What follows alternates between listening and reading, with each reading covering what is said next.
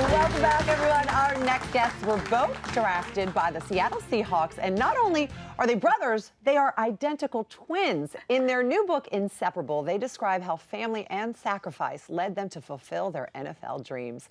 Please welcome to our home, Shaquem and Shaquille Griffin. Welcome. Welcome, guys. We're so excited to have you here. Thank you for having us. Now, Shaquem, you were born with something called amniotic band syndrome, which led to you having your left arm amputated when you were only 4 years old. What exactly is amniotic band syndrome? Well, amniotic band syndrome is basically the umbilical cord was wrapped around my wrist, so it kind of cut off circulation for my hand to fully grow, and that led up to a big decision for my mom, or for any moms who went through this situation, where you had the opportunity to remove the umbilical cord, but it could wrap around the other twin. Oh. And that's a hard decision to make, to either let the hand die or take the chance of, hurting the other twin. Oh my mom made the choice of just leaving it on, and that's the best decision she ever made. So as a 4-year-old boy, and also a very big decision she made was to actually, and your father, to have your hand amputated. How did that affect you as such a little boy? Well, either they was going to amputate it or I was going to do it myself. So, I mean, there was a lot of decisions in the house that had to be made. But for me, it's just having just the tissues there from my hand not fully forming. It was sensitive to everything, like to touch. If I bumped it against the wall or anything, or we had bump beds that I was pushing against the wall, so I used to always roll over and hit it on the wall, and I used to get up crying and screaming. And that's like 4 years of just straight pain. And one day I just decided to go to the kitchen and find a kitchen knife to remove myself. But it took a long time for me to climb on the cabinet, and my mom caught me by the time I got up there. So. And she said that's true, and it must have made you so resilient. And I know that right after you had it amputated, it wasn't a week later, you were up and playing anyway. Yeah, I definitely got in trouble for that. I was not supposed to be playing that early. I had my hand amputated, I had the bandages on. My mom specifically said, don't go outside and be playing with your brothers, playing football and get your bandage dirty. And I went out and played football and came in with a dirty bandage. And got your bandage dirty. Well, it worked out okay. Such a relief that the pain was finally gone. And you've been there for your brother through all of this. And in your book, you talk about how inseparable you are, to the point that you turned down scholarships if you weren't invited as well to certain colleges. Now, why was it so important for you to stay together even as you got older?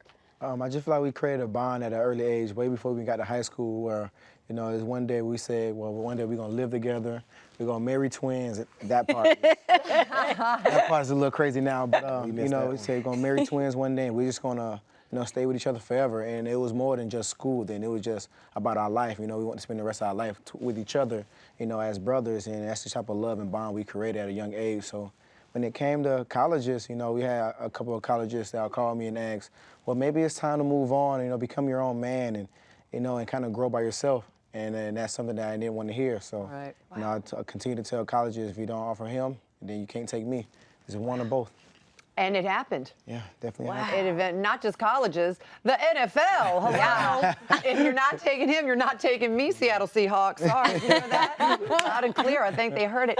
Well, your father has always been your biggest supporter, and also it sounds like your strictest coach. He has never let up on the two of you. What is it that your dad did to make sure that the two of you were always your very best? He just made sure he gave us reason never to look for handouts. So even if it's ever we wanted anything, if we asked for a couple of dollars just to go to the store, is all right, well, you can watch these cars and then you got to earn it. So everything with him was about, earning it, so you never have to depend on anyone.